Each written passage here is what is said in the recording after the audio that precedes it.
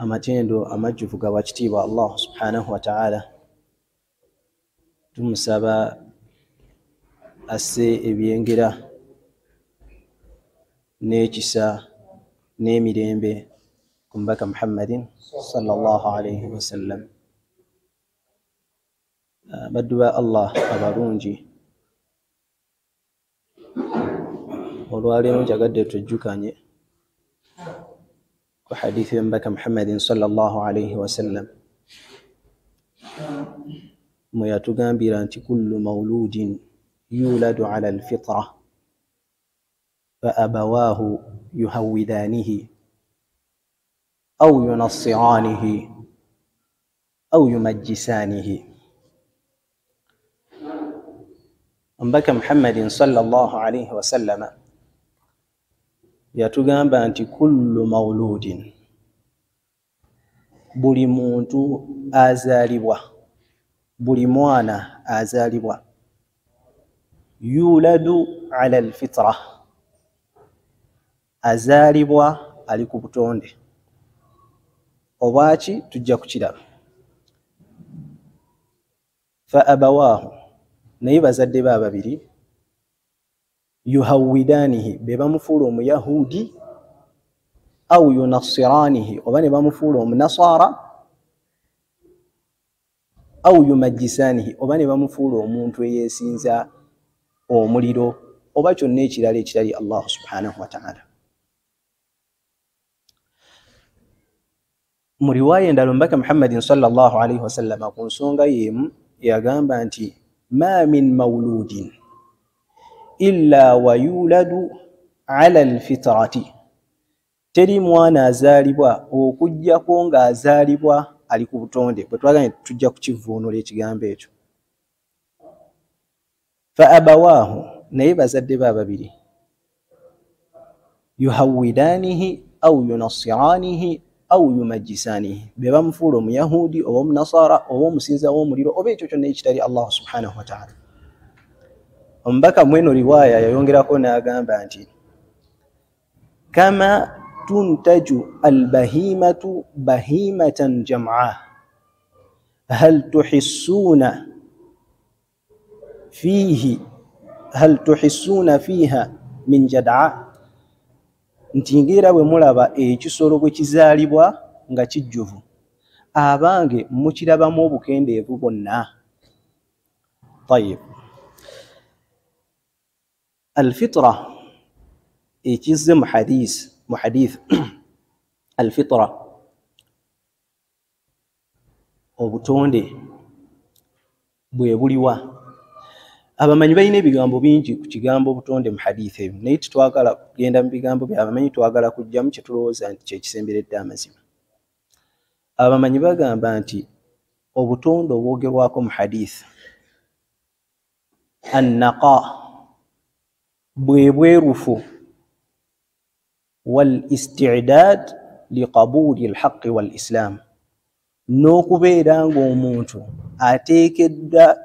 ateekeddwa bulungi okubeera nti akkiriza amazima n'obusiraamu. Annaqa wal isti'dad liqabuli alhaqqi wal islam, kwe kubeera nti omuntu mwerufu mu ndamu ye ate nga bamuteeseteese bulungi okubeera nti akkiriza amazima n'obusiraamu. Imam Ibn Kathir rahimahullah yagamba mu kitabo kye ekya tafsir, yagamba nti inna Allaha fatara khalqahu ala ma'rifatihi wa tawhidihi, nti Allah subhanahu wa ta'ala yateekateeka ebitonde ebyo byonna nga byakumumanya nga bituuse wano ku nsi, ate bimale bimwawule, byawule Allah subhanahu wa ta'ala. Era Allah atugamba mu Qur'ani nti fitrata Allahi allati fatara an-nasa alayha, obutonde bwa Allah bwe yakola ng'abantu bonna kwe balina okubeera nga bwe busiraamu. Amakulu, buli mwana azaalibwa alina kubeera musiraamu, naye abakola omulimu ogw'okumukyusa eddiini be bazadde.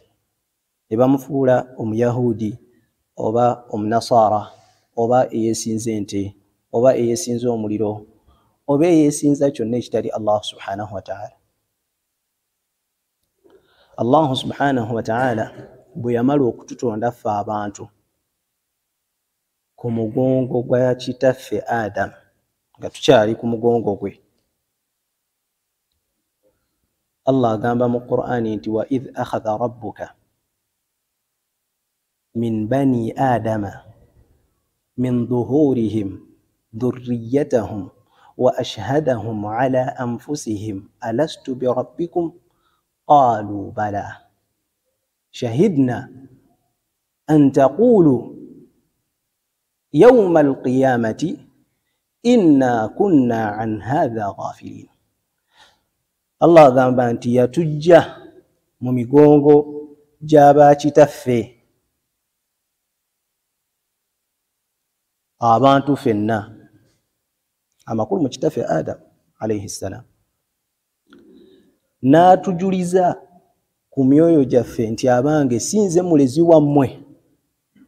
Abantu bonna ne tugamba, fe abali wano n'abataliwo n'abali mu kkanisa fenna ne tukkiriza ne tugamba nti bala, gwe mutonzi waffe, shahidna, tujulidde. Allah agamba nti antaqulu yawma alqiyamati, kubanga muyinza okugamba ku lunaku lw'enkomerero, inna kunna an hadha ghafilin, fe tetwamanya nti gwe Katonda waffe. Kati Allah subhanahu wa ta'ala yakikola tetunnaba na kujja wano kuki ku nsi. Omubaka Muhammad sallallahu alayhi wasallam kati kino kyatugamba nti kullu mawludin yuladu ala alfitra, buli mwana azaalibwa bamuteeseteese okukkiriza obusiraamu era abeere musiraamu, teyakijja mu bbanga, wabula ne Qur'ani nayo kennyini ekikakasizza nga ne ku nsi ffe tetunnaba kujja, ffe abali wano, naye nga kitaffe Adamu yaliwo, twajulira ne tugamba nti Allah subhanahu wa ta'ala gwe mutonzi waffe. Kaakati buli mwana azaalibwa mu ndamu ye wa kukkiriza Katonda, naye enzikiriza gy'agoberera ebiseera ebisinga ebeera ya kitaawe, naye eky'okuzaalibwa nga akimanyi nti agenda kukkiririza mu Katonda, ekyo kyo weekiri. Ne bannaffe abatali basiraamu nabo mu kunoonyereza kwabwe baakizuula nti ekintu ekyo kituufu.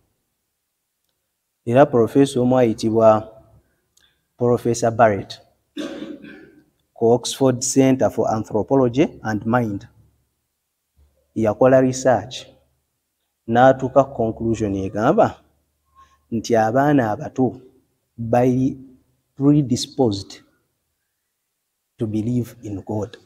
Abaana abato bayinamu olumanyo olw'okubeera nti bakkiririza mu Katonda. Abaana abato betulaba abatannatuuka mu myaka gya kutegeera, munda mu bo mulimu ekibagamba nti Katonda gyali. Era mu bumu ku bubonero obw'olwatu okukakasa ekintu ekyo kwe kubeera nti abaana abato batya nnyo ebintu ebitalabwako. Bw'omugamba nti wano waliwo omuzimu oba omusambwa oba ekintu kyonna kyamanyi nti tekirabwa naye kirabika okuba nti gyekiri, akkiriza. Kati nga bwakkiririza mu ekyo n'ekya Katonda nakyo bwakola ki? Bwakikkiriza. Enjawulo yokka weeri nti okukkiririza mu Katonda yeetaagako omuntu amulaga ekkubo ettuufu oba amulaga Katonda gw'alina okukkiririzaamu. Naye nga Allah subhanahu wa ta'ala mu kututonda ffe abantu nga kyatwagalamu kumutegeera, wama khalaqtu ljinna wal insa illa liya'budun, saatonda majinni n'abantu okuggyako nga balina kunneesinza. Toyinza kwesinza Allah subhanahu wa ta'ala nga tomutegedde. ate bw'otegeera Allah subhanahu wa ta'ala kiba kyewuunyisa obutamwesinza. Era na buli kitonde ekiriwo kisinza Allah subhanahu wa ta'ala. Wa in min shay'in illa yusabbihu bihamdihi walakin la tafqahuna tasbihahum. Allah agamba mu Qur'ani nti teri kintu kyonna okujjako nga kyawula Allah subhanahu wa ta'ala, kubanga at-tasbih kwe kukaddasa Allah subhanahu wa ta'ala, okumusuuta n'ebyo ebimwawula ku bitonde bye ne bimujjako na buli bukendeevu. Ye tasbih bw'agamba nti subhanallah wa yawkana Allah subhanahu wa ta'ala. Toyina bukendeevu bwonna, toyina kitonde kikwefaananyiriza. Allah agamba nti buli kitonde kyonna ekiri wano ku nsi kitendereza Allah subhanahu wa ta'ala, n'ebiri mu ggulu, n'eggulu lyennyini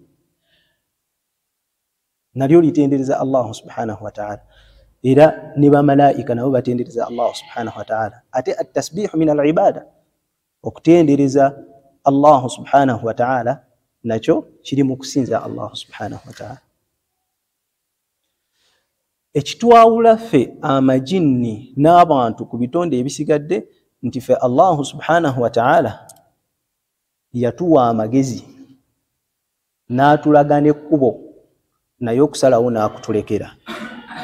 Gwasalawo okusinza Allah subhanahu wa ta'ala oba obutamusinza.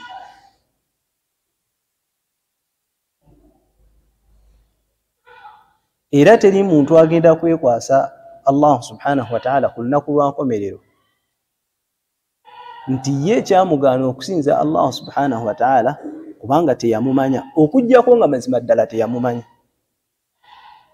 Naye nga Allah omumanyira mu bitabo byatusindikira, mbabaka byasindika gye tuli, ne mubonero obulala obulaga okubirayo kwa Allah ng'eggulu, ng'ensi, nga naawe kennyini oli kabonero akatulaga okubeerawo kwa Allah subhanahu wa ta'ala.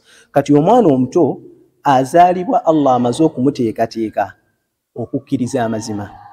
Kyekyo mu riwaaya ey'okubiri omubaka Muhammadin sallallahu alaihi wasallam kyatugambye nti kama tuntaju albahimatu bahimatan jam'a, nga bw'olaba nti ensolo ezaalibwa nzijuvu, hal tuhissuna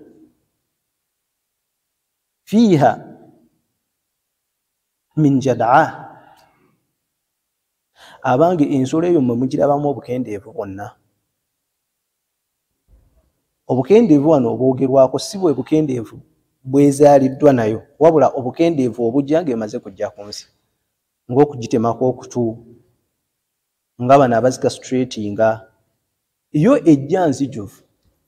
Kati n'omuntu naye bw'atyo bw'ayingira ku nsi ng'omwoyo gwe n'omutima gwe n'omubiri gwe byagala kukkiriza mazima. Ani amuleetera okukkiriza agatali mazima, okukkiriza obutali busiraamu, okukkiriza obulimba? Be bazadde. Era awo nno tujjawo ekyokuyiga nti mu bimu ku bikakata ku muzadde kwe kufaayo ennyo okusomesa omwana ebikulu mu kwawula Allah subhanahu wa ta'ala ng'akyali mu myaka egy'obuto. Kubanga emyaka gino egy'obuto omuntu akwata nnyo, ategeera, ate kyafunye ne kisigala mu bwongo. Allah agamba nti wallahu akhrajakum min butuni ummahatikum la ta'lamuna shay'a wa ja'ala lakum as-sam'a. Allah subhanahu wa ta'ala yabajja mu mbuto z'abamaama bammwe nga temulina kye mumanyi. Allah n'abawa amatu, n'abawa amaaso, n'abawa amagezi. Dr. Muhammad Ali Al-Amri bwe yali ayogera ku aya eno yagamba nti Allah subhanahu wa ta'ala yayogera ku kutujja mu mbuto z'abamaama baffe nga tetulina kye tumanyi, n'atayogera ku kutujjamu nga tetulina kye tulina, kubanga wano ku nsi tulina kubeerawo nga tusoma so si kuŋŋaanya. mu bimu ku bikulu bye tulina okukola wano ku nsi kwe okusoma kwani ku Allah subhanahu wa ta'ala. Fa'lam annahu la ilaha illa Allah. Allah ganti tegeera, yiga, soma omanye nti teri alina kusinzibwa okujjako Allah subhanahu wa ta'ala. Teri katonda asinzibwa mu butuufu bwa kusinzibwa okujjako ani? Allah subhanahu wa ta'ala. Ekyo basoma kisome ne bakitegeera, n'otegeera obukwakkulizo obugira ku shahada, n'otegeera empagi za shahada, n'otegeera ebijja omuntu mu ddiini, n'otegeera byokola ne bikunyweza ku ddiini, n'otegeera Allah subhanahu wa ta'ala byayagala ne byatayagala. Naye okusoma bakutandika bakyali bato, olwo nno omuntu kwe kunywera nagumira. Naye era ebiseera ebisinga bw'olaba omuntu nga amaze kulirira mu myaka n'alyoka atandika okusoma, oluusi wabeerawo obukendeevu, kubanga ebyetaagisa okusoma bingi, kyokka ate akaseera kalina ke kaki, kubanga buba bize mwebuli, ebyetaaga ewaka, famire, ebizibu n'ebirala. Kati omwana omuto ono musomese eddiini, aqiida entuufu, enzikiriza entuufu, musomese okwawula Allah subhanahu wa ta'ala, musomese ebijja omuntu mu busiraamu, musomese ku shiriki nti Allah tamwagala, musomese ku bintu ebikaafuwaza omuntu. Buli kyonna ky'omanyi nti kiyinza okwonoona enzikiriza ye akiyige ng'akyali muto, ayige n'ebyo Allah subhanahu wa ta'ala byayagala, kubanga okusinza Allah kutwalira mu buli mulimo gwonna Allah subhanahu wa ta'ala gwayagala era gwasiima.